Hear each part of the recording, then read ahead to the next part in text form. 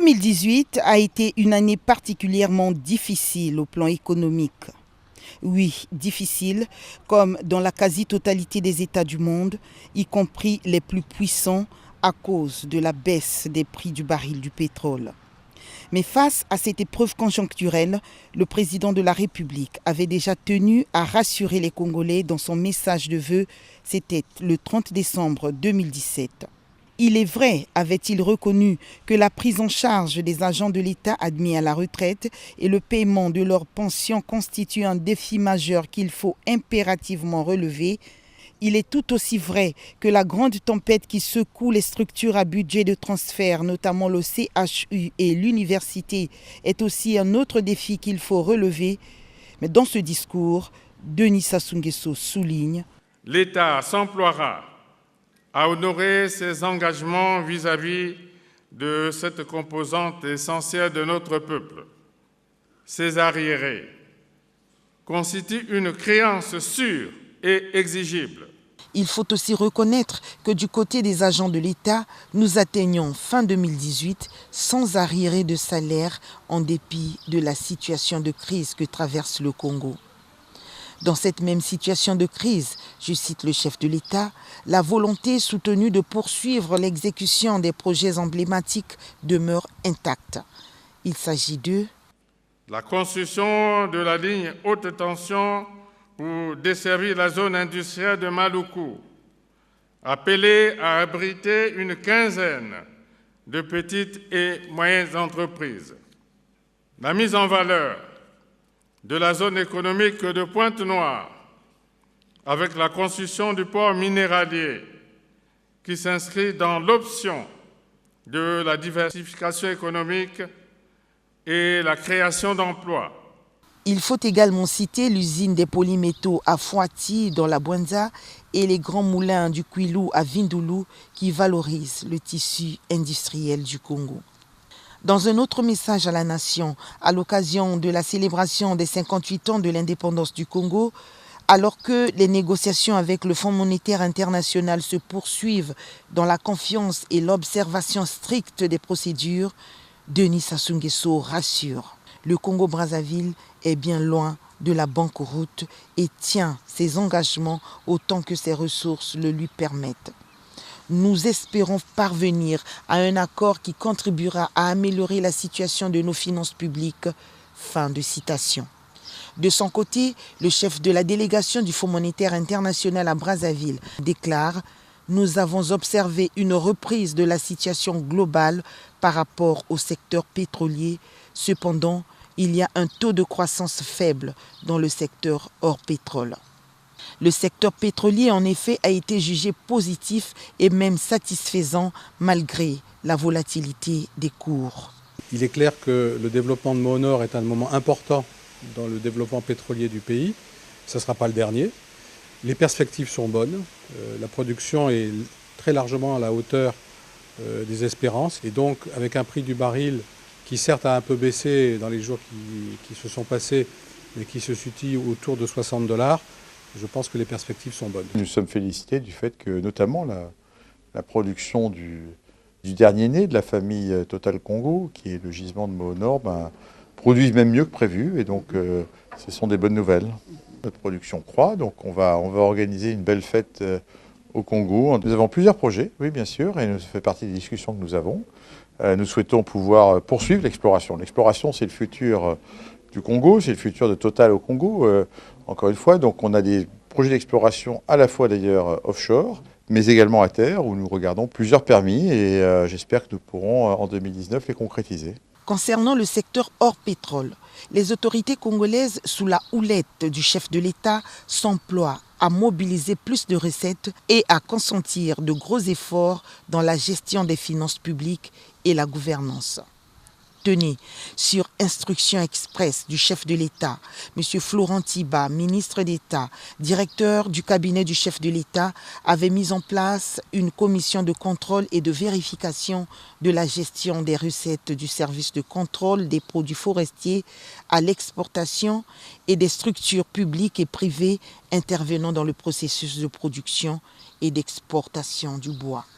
Cette commission a pour mission principale d'accroître la capacité de financement de l'économie nationale à partir des recettes générées par le secteur forestier, notamment d'évaluer les recettes générées par l'exportation des produits forestiers en général et celles des dérogations autorisées par les lois de finances 2016-2017. D'identifier les dysfonctionnements tout le long de la filière bois, de la production à l'exploitation, de proposer des sanctions administratives et de recommander les mesures qui s'imposent pour assainir la filière d'exploitation du bois. Donc, autant de mesures pour mobiliser plus de recettes dans le secteur hors pétrole. Et ici, la Commission a découvert un manque à gagner de plus de 12 milliards pour la seule porte de sortie du port autonome de Pointe-Noire et a pu recouvrer un peu plus de 2 milliards de francs CFA. La mission s'engage, conformément aux instructions du président de la République, à mener des investigations auprès des sociétés forestières implantées dans le Nord Congo. Par la même occasion, le président de la République, par le truchement de son cabinet, a mis en garde contre tous les agents véreux de l'administration publique. Toujours pour développer le secteur hors pétrole, le chef de l'État s'est lancé depuis quelques années dans des activités agro-pastorales. Plus de 10 300 têtes de bœufs à ce jour sont enregistrées dans les ranchs de Kila et d'Olenga. Justement pour commercialiser la viande issue de ces ranchs, le chef de l'État a mis en service le 17 décembre courant un abattoir moderne à Mbobo près du district d'Oyo. Cet abattoir dispose de 3 entrepôts frigorifiques pouvant recevoir 80 000 kg de viande et pourrait basculer progressivement le Congo vers l'agro-industrie et générer des emplois. À l'issue de la visite des lieux, le chef de l'État invite les Congolais à se lancer dans les activités agro-pastorales. Aujourd'hui, avec eux, nous tentons des croisements. On a fait des croisements d'un Ndama avec les bêtes du Brésil. Oui, voilà. On a de très jolies bêtes de croisement qui sont là. Donc, ça, il faut croire. Bon, le discours, les diatribes, la politique, chacun est capable de faire des miracles, des choses. Ça, on peut faire. L'amphithéâtre, le meeting. Il faut passer du discours à la réalité. Et cela, c'est le message que je passe au cadre. Le discours, oui, les petites batailles politiques pour devenir chef, oui, mais passer du discours à la réalité. Nous, avec les amis qui sont là, nous sommes aujourd'hui fiers. Et parce que nous avons mené cette aventure, ça fait 6 ans. 6 ans d'aventure, mais on n'a pas abandonné. Il y a eu des difficultés, je ne les énonce pas, ce n'est pas le moment. On va lancer le météage. C'est-à-dire que quelqu'un prépare un endroit où si vérifier que les conditions sont bonnes, alors on peut prêter à ce Congolais-là 5, 6, 10 bêtes. Il fait son élevage. Lorsqu'il arrivera à 20, 30, 40, 100, il rembourse. De 5, 6, 10, on donne à un autre. C'est le météage. Donc avant de parler de l'abattoir, il faut d'abord produire les animaux. Et les Congolais, il faut une arme de courage, de volonté, pour produire les animaux. Alors à ce moment-là, ils amèneront leurs animaux ici, et ils seront abattus, ils paieront certainement un service, je ne sais pas quoi, je ne suis pas compétent. Ils prendront leur viande et la vendront. L'abattoir ici sera ouvert à ces autres Congolais. Mais avant, il faut d'abord produire les animaux. L'on ne peut clore ce volet économique sans souligner la validation par le gouvernement et l'adoption par les parlementaires du Plan national de développement PND 2018-2022 qui s'articule autour de 2 axes prioritaires pour les 5 prochaines années. Le premier, celui de la valorisation du capital humain. Il s'agit de mettre l'accent sur l'enseignement et la formation afin de doter le Congo d'une élite suffisamment outillée dans le monde du travail. Le second axe est celui de la diversification de l'économie qui doit s'appuyer sur l'agriculture au sens large, notamment l'agroforesterie, la pêche, l'élevage et les cultures. Et puis, dans le domaine du tourisme, le Congo, qui se veut une destination touristique, doit rendre visibles ses potentialités en la matière. La croissance économique et l'emploi passent aussi par là. De cette manière, le Congo progresse lentement, certes, mais sûrement vers son développement.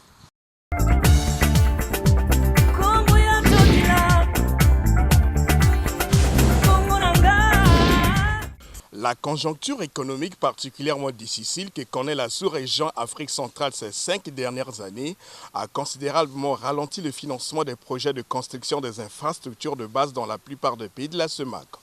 Le Congo, qui fait partie des 6 États de la communauté économique et monétaire d'Afrique centrale, n'a pas été épargné par les effets néfastes de la morosité économique.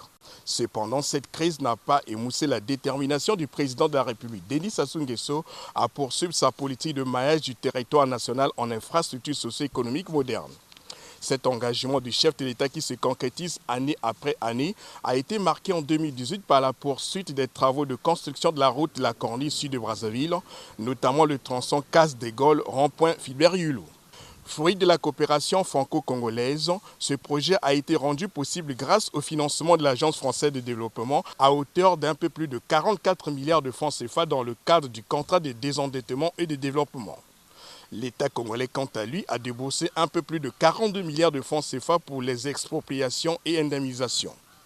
Confiés à l'entreprise Razelbeck en mars 2015, les travaux ont consisté à la construction d'une route bordant le fleuve Congo entre la Casse-des-Gaules et le giratoire Abbé Filbert-Yulou. D'autres ouvrages de franchissement ont également été réalisés pour fluidifier la circulation dans la partie sud de Brazzaville. Il s'agit de plusieurs voiries urbaines et d'un grand collecteur appelé Zanga Diabangombe, séparant l'arrondissement de Bakongo à l'arrondissement 1 Makelekele. La corniche sud de Brazzaville, faut-il le préciser, est un axe important qui a amélioré les conditions de mobilité des personnes et des biens et partant la desserte des quartiers sud de Brazzaville. Elle a permis de mettre en valeur les berges du fleuve Congo et a créé un lien entre la ville et le fleuve. C'est le 15 juin 2018 que le chef de l'État, Denis Sassou Nguesso, a coupé le ruban symbolique, ouvrant ainsi à la circulation la corniche sud de la capitale avant de découvrir l'ouvrage avec toutes ses commodités en compagnie de plusieurs Brazzavillois en liesse. C'est un grand bijou que le président de la République vient d'offrir au peuple congolais. J'ai un grand sentiment, ce que je ne peux que demander au président de la République, c'est de continuer à œuvrer encore dans ses œuvres pour que le Congo puisse s'épanouir de plus belle. Vous voyez déjà, nous étions d'abord avant, c'était Talangai, viaduc Kintele. Aujourd'hui, nous sommes à Bakongo. On ne peut être que content. À Brazzaville, il y avait vraiment de l'embouteillage. Mais là, maintenant, on va se retrouver. Les routes seront libres. Nous sommes très contentes. On doit féliciter notre président, ce qu'il a fait. Je dis au président de la République, il doit continuer. Le travail ne s'arrête pas, on continue avec le changement. Donc le début qu'on avait commencé, jusqu'à la fin, on continue.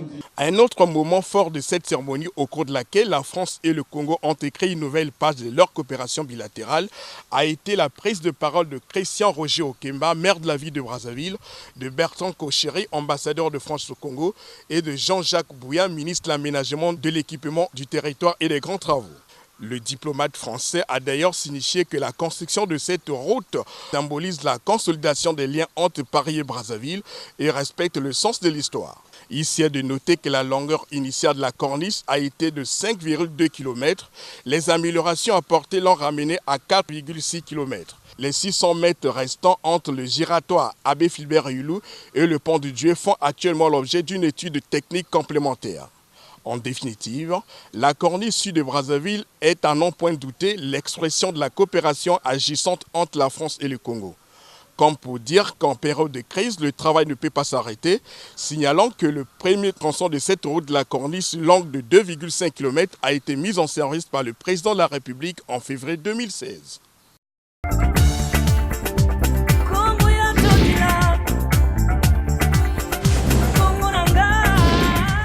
L'agenda présidentiel cette année 2018 qui s'achève a été marqué au plan environnemental par la tenue le 29 avril 2018 du sommet sur le fond bleu pour le bassin du Congo. 9 chefs d'État et le roi Mohamed VI du Maroc, invités d'honneur, ont effectué le déplacement de Brazzaville pour échanger avec leur homologue du Congo, Denis Sassou Nguesso, sur les questions inhérentes à la préservation des forêts du bassin du Congo, qui représente un enjeu primordial pour la réduction des effets néfastes des changements climatiques. Dans ce combat, il s'impose aux États la nécessité d'améliorer les infrastructures de navigation intérieure de cet espace qu'est le bassin du Congo. Les chefs d'État ont aussi l'impérieux devoir de garantir le développement économique des pays et des peuples du bassin du Congo. De la même manière, doit être garantie la qualité de vie des peuples qui y vivent. C'est ça la bonne réponse à toutes les craintes.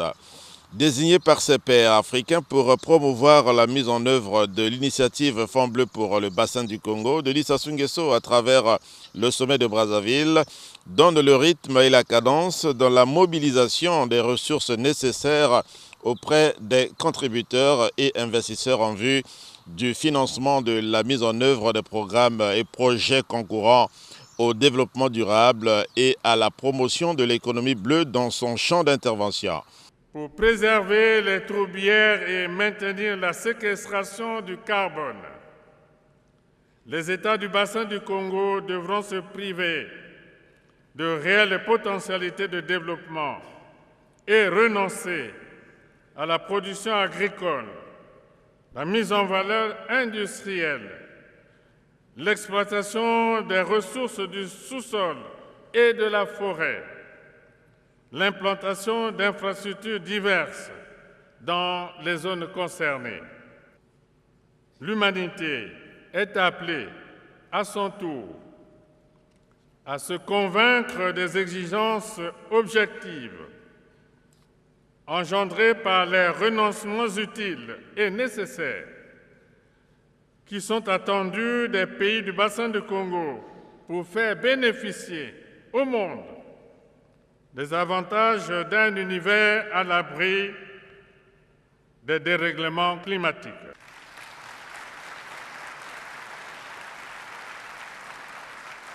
En France, à la faveur du Forum de Paris pour la paix, Denis Sassou Nguesso a exprimé sa compassion et sa solidarité à l'endroit des pays qui subissent déjà les conséquences des changements climatiques. Plaidant pour les engagements issus de l'accord de Paris, le chef de l'État congolais a rappelé que la protection de l'environnement est une obligation incontournable. Sous sa houlette, le Congo a initié le Fonds bleu pour le bassin du Congo, un instrument financier, précise-t-il, visant à assurer une meilleure qualité de vie au peuple et protéger les forêts du bassin du Congo, deuxième poumon vert du monde après l'Amazonie. Au plan local, à l'occasion de la 32e journée nationale de l'arbre, le chef de l'État congolais n'a pas dérogé à la règle. En effet, en sa qualité de grand défenseur de l'environnement, le président de la République a procédé au planting d'arbres au village Okondoter Ebami, à quelques encablures de Bouya, sur l'axe Bunji. C'était sur une surface aménagée de 5 hectares. Ici, plus de 2000 plants d'azoté ont été plantés par le président de la République et les personnalités ayant fait le déplacement du village Okondo sur la terre Ebami. Un geste que le chef de l'État souhaite contagieux au plan national. Tout citoyen congolais doit planter un arbre. Pour votre gouverne, l'azobé est une espèce d'arbre d'essence forestière qui génère rapidement dans les forêts équatoriales. À noter que c'est la deuxième année consécutive que le planting d'arbres par le président de la République a lieu sur le même site, sur la terre Ebami.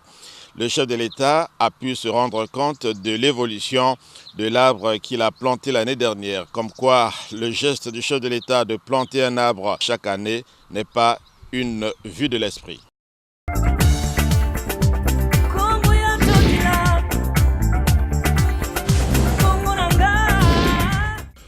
Sur les plans socio-culturels et sportifs, l'actualité présidentielle en 2018 a été marquée par plusieurs activités. La session ordinaire du Conseil supérieur de la magistrature s'est tenue le 20 février au Palais du Peuple. À cette occasion, 7 magistrats ont été révoqués pour faute professionnelle grave dans l'obstruction à l'exécution des décisions de justice et la malversation financière. 2 magistrats ont été rétrogradés. Henri Bouka et Gilbert Mouyabi ont été nommés respectivement premier président et procureur général de la Cour suprême.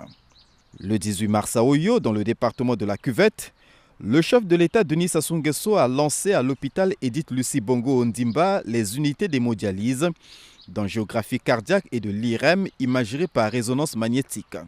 Grâce à ces acquisitions, le rythme des évacuations sanitaires vers l'étranger a été réduit. Pour ma part, je suis satisfait de voir que ce matériel a été acquis par le gouvernement. C'est un matériel très cher. Je suis surtout satisfait de la prestation des cadres congolais et le bon niveau qui ont accepté de revenir ici au pays, parce que c'est cela aussi qu'il faut dire, les cadres congolais qui sont venus, qui ont été formés aux frais du peuple congolais et qui ont accepté de revenir ici rendre des services à leur peuple. C'est un beau jour pour moi et nous allons poursuivre cet effort. Toujours à Oyo, au mois de mars, Denis Sassou Nguesso a procédé au lancement des travaux de construction du centre d'excellence d'Oyo. Les travaux sont financés par la compagnie pétrolière italienne Eni. Ce centre sera spécialisé notamment dans la valorisation et la promotion des énergies renouvelables, dites aussi énergies propres. À Oyo encore, plus de 2 mois après, le président de la République a fait visiter à la nouvelle secrétaire générale de l'Organisation internationale de la francophonie le musée Kiébé de Ngolo-Douar. Louise Mouchiki-Wabo s'est dite marquée par la richesse culturelle du Congo. J'ai appris par rapport à ce peuple frère et j'ai aussi pu apprécier la tradition millénaire qui est à la fois culturelle et spirituelle. Et je pense que ce ne serait pas une mauvaise chose si sur le plan régional on pouvait imiter ce geste très important et également échanger entre nous pour pouvoir nous comprendre mieux. Au premier trimestre de 2018, le président de la République a lancé au Centre international des conférences de Kintélé l'exposition Goten au cœur du cosmos. Une façon de rendre hommage à cet artiste congolais dont les œuvres ont profondément marqué la toile congolaise et africaine. C'est une très belle exposition, bien conçue, bien faite, à la gloire d'un monument qu'est Goten, mais à la gloire aussi de la culture congolaise. Un artiste, un musicien, un peintre, un sculpteur, un intellectuel, un essayiste, un cinématographe. Mais c'est ça qui mène la vie, sinon la vie c'est quoi? Goten exprime tant de mystères.